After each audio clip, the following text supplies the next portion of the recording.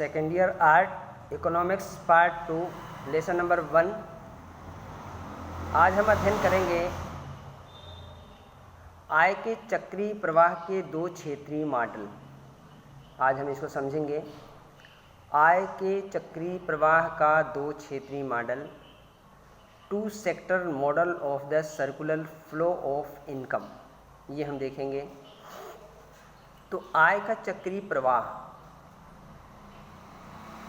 आय का चक्रीय प्रवाह का मतलब होता है जो आय है, इनकम है, जो चाहे वो किसी व्यक्ति की है, चाहे वो किसी फर्म की है, चाहे वो किसी कंपनी की है, जो भी हमारे देश में आर्थिक क्रियाएं हो रही हैं, जो भी इन क्रियाओं में संलग्न हैं, उनकी जो अपनी इनकम होती है, वो इनकम किस प्रकार से आती है और वो इनकम किस प्रकार से फिर पुनः वापस व्यय के रूप में चली जाती है। तो इस तरह से हम देखेंगे कि जो हमारी आय है वो हम किसी विभिन्न माध्यमों से प्राप्त करते हैं और फिर वो आय क्या होते ही हमारे द्वारा व्यय करके जो है कहीं ना कहीं वो खर्च हो जाती, वापस चली जाती है। तो इस तरह से आय और जो इनकम हमारी है वो आती है और जाती रहती है, तो इसका एक राउंड सर्किल बन जाती है। तो इसी का आज हम अध्ययन करेंगे। इसी को चक्रीय प्रवाह कहते हैं। आय का चक्रीय प्रवाह यानी आय आती है और विभिन्न माध्यमों से जो है वो वापस चली जाती है, आती रहती जाती रहती, ये आय का चक्रीय प्रवाह होता है।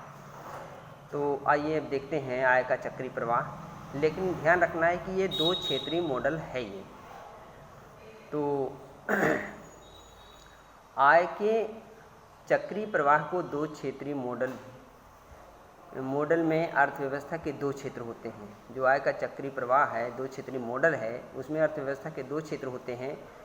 एक होता है इसमें घरेलू क्षेत्र, हाउस होल्ड सेक्टर, और दूसरा होता है फर्म या व्यावसायिक क्षेत्र यानी बिजनेस सेक्टर। दो सेक्टर होते हैं। जो दो मॉडल हमारा आय का चक्रीय क्षेत्र है, इसमें दो सेक्टर हैं। इसमें एक तो हो गया घरेलू क्षेत्र, दूसरा हो गया हमारा व्यावसायिक क्षेत्र। और इन दोनों के मध्य होने वाले चक्रीय प्रवाह का अध्ययन किया जाता है। जो दो क्षेत्रीय मॉडल हमारा होता है, इन्हीं दोनों क्षेत्रों के मध्य परस्पर आय का जो है चक्रीय प्रवाह होता है, इसका अध्ययन किया जाता है। तो आइए देखते हैं। सबसे पहला, अर्थव्यवस्था के दो क्षेत्र होते हैं। दो क्षेत्रीय मॉडल में पहला हमारा है, अर्थव्यवस्था के दो क्षेत्र होते हैं। पहला है व्यावसायिक क्षेत्र और दूसरा है घरेलू क्षेत्र। तो व्यावसायिक क्षेत्र में देखते हैं। व्यावसायिक क्षेत्र का मतलब जो उद्योग है, फर्म है, कंपनी है, ये व्यावसायिक क्षेत्र है। यह क्षेत्र अंतिम वस्तुओं तथा सेवाओं को उत्पन्न करता है। ध्यान से देखिए, जो हमारा उद्योग, फर्म, कंपनी है या फर्म है, व्यावसायिक जो क्षेत्र है, वो क्या करता है? वस्तुओं और सेवाओं को पैदा करता है। जैसे कंपनी है, किसी जिन चीज़ों का निर्माण करता है, वस्तुओं और सेवाओं को पैदा करता है। यह क्षेत्र उत्पादन के साधनों की, सेवाओं, श्रम, पूंजी, प्रबंध, साहस आदि का प्रयोग करता है। देखिए, जो बिजनेस सेक्टर हमारा है वो क्या करता है? वो दो तरह का काम करता है। एक तो वो जो है अपने फर्म में विभिन्न प्रकार की वस्तुएं, सेवाएं जो है प्रोडक्ट करता है, पैदा करता है, उत्पन्न करता है। और दूसरा क्या होता है? उत्पादन के जो साधन हैं, भूमि, श्रम, पूंजी, प्रबंध, इन चीज़ों को क्या करता है? वो इनका प्रयोग करता है। यानी ये इनका व्यावसायिक क्षेत्र का इनपुट क्या है? भूमि, श्रम, प्रबंध और साहस, इन चीज़ों के सेवाओं को लेता है, यानी साधनों का यूज करता है, इनपुट है इसका। और जो प्रोडक्ट करता है वो आउटपुट है, जैसे उस वस्तुओं और सेवाओं को निर्मित करता है, वो निकालता है, पैदा करता है। तो ये हमारा बिजनेस सेक्टर हो गया। यानी बिजनेस जो सेक्टर है वो उत्पादन के साधनों को यूज करता है और कुछ वस्तुओं और सेवाओं को पैदा करता है। ये तो हमारा बिजनेस सेक्टर हो गया। दूसरा हमारा है घरेलू क्षेत्र यानी house hold sector. House hold sector का क्या काम है? जो घरेलू क्षेत्र होता है, यह क्षेत्र व्यावसायिक क्षेत्र को उत्पादन के साधनों की सेवाएं प्रदान करता है। यानी हाउस होल्ड है जिसमें लोग होते हैं, वे क्या करते हैं? बिजनेस जो सेक्टर है, व्यावसायिक जो क्षेत्र है, फर्म और कंपनी है, उसमें उत्पादन के साधनों की सेवाओं को प्रदान करता है। यानी भूमि है, श्रम है, प्रबंध है, साहस है, ये क्या करते हैं? जो है बिजनेस सेक्टर अपनी सेवाएं देते हैं। जैसे भूमि का यूज होता है, पूंजी का यूज होता है, श्रम का यूज होता है, ये सब चीज़ों का क्या होता है?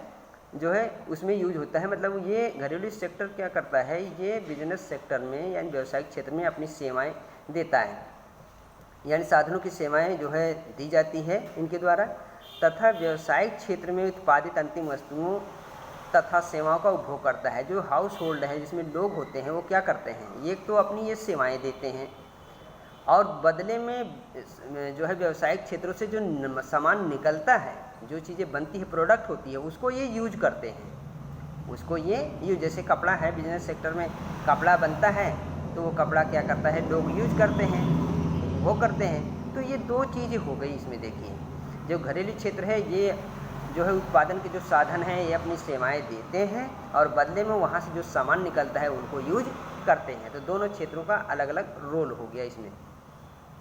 अच्छा, अब इसमें जो नंबर 2 है, सरकार का आर्थिक क्रियाओं पर कोई प्रभाव नहीं पड़ता है। इसमें जो सरकार है उसकी आर्थिक क्रियाओं पर कोई प्रभाव नहीं पड़ता है। नंबर 3 है, यह एक बंद अर्थव्यवस्था है। इसका व्यावसायिक क्षेत्र द्वारा वस्तुओं का निर्यात नहीं किया जाए। बंद क्लोज जो इकोनॉमी होती है, बंद अर्थव्यवस्था होती है, मैं आपको बता दूं, बंद अर्थव्यवस्था का मतलब ये होता है देश की सीमा के अंदर ही वस्तुओं का आदान प्रदान होता है, उसका डिस्ट्रीब्यूशन होता है, लेकिन देश की सीमा के बाहर उसका किसी भी तरह का दो क्षेत्रीय मॉडल में वस्तुओं का निर्यात नहीं होता है। तो देश की सीमा के बाहर जब वस्तुओं का निर्यात होता है तो उसे कहते हैं खुली अर्थव्यवस्था, ओपन इकोनॉमी। लेकिन जब देश की सीमा के अंदर इसका जो आदान प्रदान होता है वस्तुओं और सेवाओं का, तो उसे बंद अर्थव्यवस्था कहते हैं। चूँकि दो क्षेत्रीय मॉडल में केवल बिजनेस सेक्टर है और घरेलू सेक्टर है, तो इन दोनों क्षेत्रों में ही इसका जो है आदान प्रदान होता है। तो इस वजह परस्पर इनका जो है एक दूसरे का संबंधित होते हैं। तो ये जो है दो क्षेत्रीय मॉडल में वस्तुओं और सेवाओं का जो है वो निर्यात नहीं होता, बल्कि हम कह सकते हैं ये एक बंद अर्थव्यवस्था के अंतर्गत ये अपना कार्य करती है। इसके बाद इसमें है नेक्स्ट पॉइंट, घरेलू क्षेत्र अपनी संपूर्ण आय वस्तुओं तथा सेवाओं पर व्यय करता है। जो घरेलू क्षेत्र होता है वो किसी प्रकार की बचत नहीं करता है। घरेलू क्षेत्र के जितनी भी इनकम या आय होती है वो क्या करता है, अपनी वस्तुएं सेवाएं जो होती है में वो उन चीज़ों को क्या अपनी टोटल आय को क्या कर देता है, खर्च कर देता है। इसका सीधा मतलब यह है कि वो उसके पास बचत किसी प्रकार की नहीं होती। जितनी आय होती है उतनी ही आय वो क्या करता है, एक्सपेंडिचर व्यय कर देता है। नेक्स्ट पॉइंट है, उत्पादक संपूर्ण आय को उत्पन्न के साधनों में बांट देते हैं, अवितरित आय के रूप में कुछ नहीं रखते हैं। जो उत्पादक होते हैं अपने संपूर्ण आगम, उनका जो संपूर्ण आगम होता है, उत्पादक जो होते हैं संपूर्ण जो आगम होता है उनके पास जो आय आती है उत्पन्न के साधनों में बांट देते हैं। उत्पादन के साधन क्या है, भूमि, श्रम, पूंजी, प्रबंध, साहस ये है। तो उतने उसकी जितनी आय होती है उन आय को पूरी तरह से उसमें बांट लेते हैं, अतिरिक्त आय के रूप में अब कुछ भी नहीं रखते। यानी उत्पादक जो है, जो बिजनेस सेक्टर है, वो भी अपने उत्पादन के साधन सारी आय को बांट देता है, अपने पास अलग से कुछ नहीं रखता है। तो ये है इसमें। अब इसमें चित्र नंबर 1.1 में जो है जो डायग्राम दिया है उसके द्वारा हम देखेंगे, समझेंगे। बाहर का चक्र, चित्र 1.1 में बाहर का चक्र, वास्तविक प्रवाह।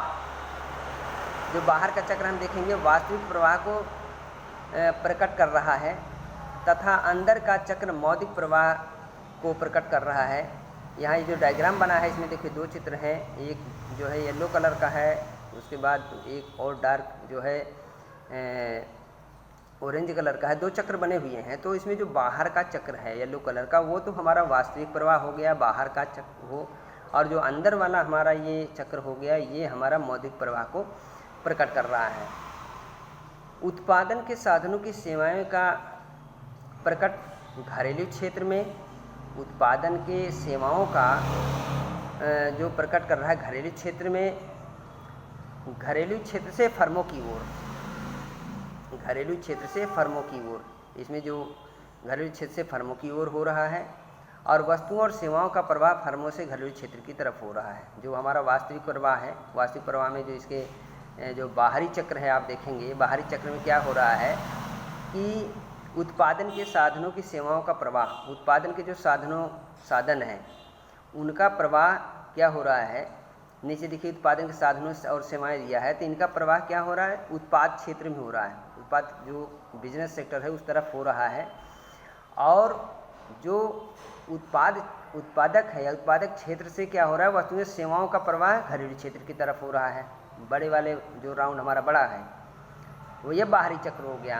फिर दूसरा है इसमें एक अंदर का चक्र। अंदर का चक्र जो है वो मौद्रिक प्रवाह को प्रकट करता है। बाहरी चक्र है वास्तविक प्रवाह, और अंदर का चक्र क्या है, मौद्रिक प्रवाह को प्रकट कर रहा है। तो मौद्रिक प्रवाह से क्या ज्ञात होता है, मजदूरी लगान घरेलू क्षेत्र की ओर तथा इसके विपरीत वस्तुओं तथा सेवाओं का उपभोग पर किए जाने वाले व्यय का प्रवाह घरेलू क्षेत्र से फर्मों की ओर हो रहा है। जो इसके अंदर का सर्किल है उसमें आप देखेंगे कि उत्पाद क्षेत्र से क्या हो रहा है, घरेलू क्षेत्र की तरफ क्या जा रहा है, मजदूरी लगान ब्याज जा रहा है।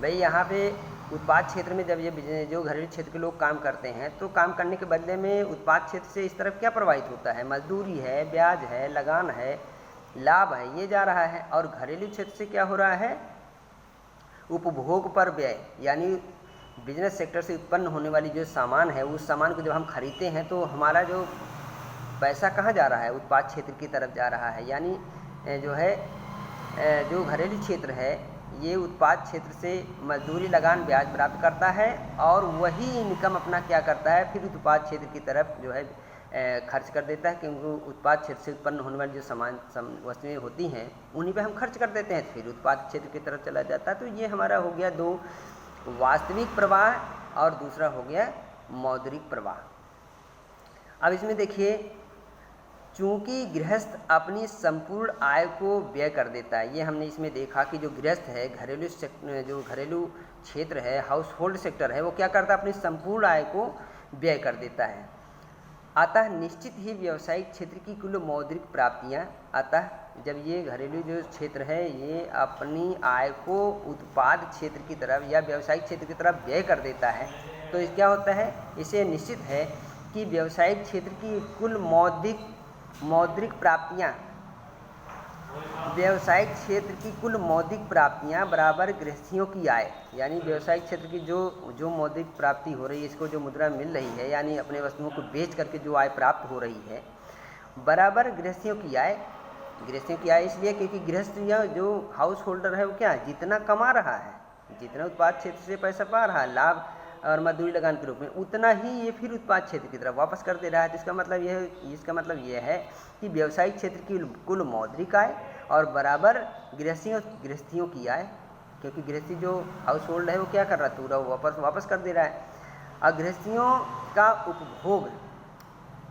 उपभोग यानी जो उपभोग कर रहा है, तो उपभोग के बदले में क्या कर रहा है, उस अपनी आय को वहाँ वापस लौटा दे रहा है।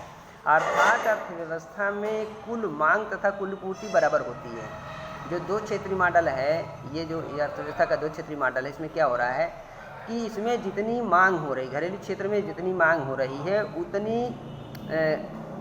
व्यावसायिक क्षेत्र से जितनी मांग हो रही है जो है उतनी ही उसको पूर्ति हो जा रही है। तो कुल इस अर्थव्यवस्था में कुल मांग तथा कुल पूर्ति बराबर होने से संतुलन की स्थिति में है, जिससे आय का चक्रीय प्रवाह निर्बाध नियमित रूप से अंत तक चलता रहता है। तो दो क्षेत्रीय जो मॉडल हमारा हो गया वो बिजनेस सेक्टर है और हाउस होल्ड सेक्टर है। बिजनेस सेक्टर से जितनी सामान निकलते हैं हाउस होल्ड की तरफ जाते हैं, जो है उससे बिजनेस व्यवसायिक क्षेत्र में आय प्राप्त होती है, और जो घरेलू क्षेत्र होता है वो बिजनेस व्यवसायिक क्षेत्र से वस्तुएं सेवाएं प्राप्त करके वो क्या करते हैं, अपनी आय को पुनः व्यवसायिक क्षेत्र में वापस कर देते हैं। तो ये हो गया व्यवसायिक क्षेत्र और घरेलू क्षेत्र, इन दोनों के मध्य जो आय का परस्पर जो है एक दूसरे की तरफ जो फ्लो हो रहा है, जो प्रवाह हो रहा है, उसी को जो है दो क्षेत्रीय मॉडल का चक्रीय प्रवाह कहा जाता है। यानी घरेलू क्षेत्र से